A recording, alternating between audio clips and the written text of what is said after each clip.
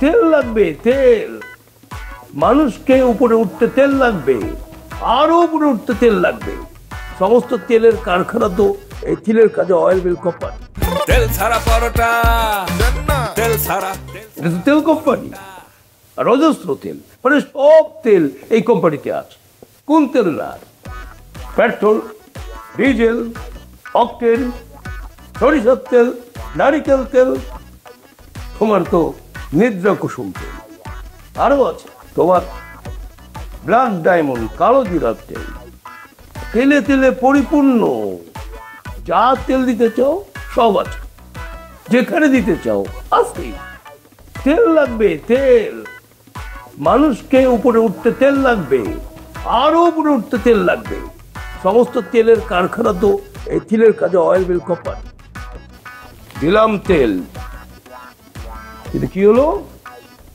সেই মাসুদ বিন করিম জন্ম থেকে যে কারণে আমি জ্বলছি তার অত্যাচারে। সে বলল এই স্ক্রিপ্টটা তার, এই সুর তার, এই লয় তার, এই গল্প তার। সত্যি তো তার। তখন তুমি জমে নি, তুমি পরাজিত হলে, তুমি কান্নাকাটি শুরু করলে। সবাই জেনে গেল এই স্ক্রিপ্টটা তোমার না। সবাই জেনে গেল এই স্ক্রিপ্টটা উপর থেকে আসে। উপরটা কে? মাসুদ বিন করিম। দুঃখে ভারাক্রান্তে তোমার কান্না যখন আমি দেখলাম, বাবা হিসাব, চন্দ্রকন্যার বাবা হিসাব আমি নিতে পারিনি। ইয়েস, আমি বললাম এই স্ক্রিপ্ট তোমার, এই স্ক্রিপ্ট তোমাকে করছি। কিন্তু আজকে দুঃখ ভারাক্রান্ত মন নিয়ে বলছি, মাসুদ বিন করিম এই স্ক্রিপ্টের দাবি ছাড়েনি। সেই স্ক্রিপ্টের মালিকানা আবার দাবি করেছে। সে আমার অফিসে এসেছিল, দাবি করেছে, আমার সঙ্গে তর্ক করেছে, কুকুরের মতো বের করে দিয়েছে। আমি কিন্তু জানি এভাবে বহুবার বের করে দিয়েছি, কিন্তু তার শক্তি যেহেতু আছে, আবার বিদ্যর্পে ফিরবে এবং আমাকে মীমাংসা করেই নিতে হবে। এই তিলের কাজে অয়েল মিল কোম্পানিকে বাঁচাতে মাসুদ বিন করিমকে আবার লাগবে, আবার সে আসবে। আমি এখানে নিরুপায়। সেজন্য বলছিলাম এই স্ক্রিপ্টের মায়া তুমি ছেড়ে দাও, এই বিজ্ঞাপনটা তুমি করো না। আমার কথা তুমি বুঝেছো? হ্যাঁ বাবা, তুমি তো ভালো করে জানো আমি তোমাকে অনেক রেসপেক্ট করি।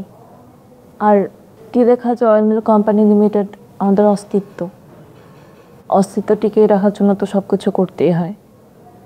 তুমি যদি মনে করো এই বিজ্ঞাপন না করলে, এই স্ক্রিপ্টে কাজটা না করলে তোমার এই প্রবলেমের সমাধান হবে, তাহলে আমি সেটা করতে রাজি আছি। গুড। কিন্তু আর একজন ব্ল্যাক ডায়মন্ড, কালো জিরার তেল, ভয়ঙ্কর প্রবলেম।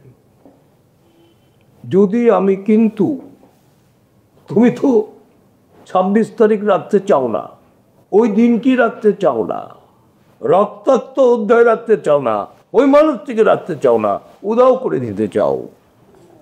আচ্ছা, এই কাপটা তো আছে, এটা কি উদাও করা যায়? এই চেয়ারটা তো আছে, এটা কি উদাও করা যায়? এই যে আমি আছি, আমাকে কি উদাও করা যায়?